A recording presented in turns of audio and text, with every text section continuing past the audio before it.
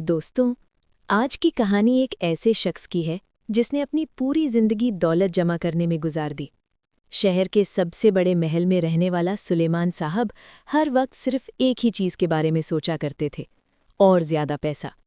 उनके पास सब कुछ था, शानदार गाड़ियां, महंगे लिबास और नौकर चाकर, मगर उनकी आंखों में कभी सुकून नहीं देखा गया।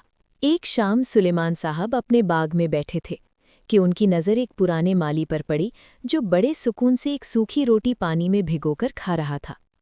सुलेमान साहब उसके पास गए और पूछा, बाबा, इतनी सस्ती रोटी खाकर भी तुम्हारे चेहरे पर इतनी मुस्कुराहट क्यों है, जबकि मेरे पास सब कुछ होकर भी डर लगा रहता है कि कहीं कुछ खो ना जाए। माली ने मुस्कुराकर जवाब दिया, साहब, सुकून दौलत की तिजोरी में नहीं बल्कि शुक्र की कोठरी में रहता है। मैं जब सोता हूँ तो खाली हाथ सोता हूँ, पर दिल भर कर सोता हूँ। सुलेमान साहब को ये बात समझ न आई, मगर उसी रात उन्होंने एक अजीब ख्वाब देखा। उन्होंने देखा कि वो मौत के फरिश्ते के सामने खड़े हैं। फरिश्ते ने उनसे कहा, सुलेमान, तुमने जो दुनिया में कमाया उसमें से क्या साथ लाए हो? सुलेमान ने अपने महंगे सूट की जेबें टटोली, मगर वो खाली थीं। उन्होंने अपने महल की तरफ इशारा किया, मगर वो धुआं बन चुका था। तब उन्हें एहसास हुआ कि उनके पास साथ ले जाने के लिए एक भी नेकी या अच्छा अमल नहीं था।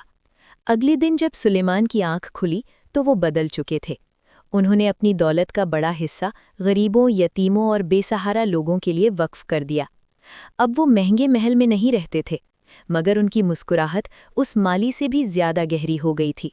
तो दोस्तों, याद रखिए, दौलत बुराई नहीं है, मगर दौलत की लालच इंसान को अंधा कर देती है।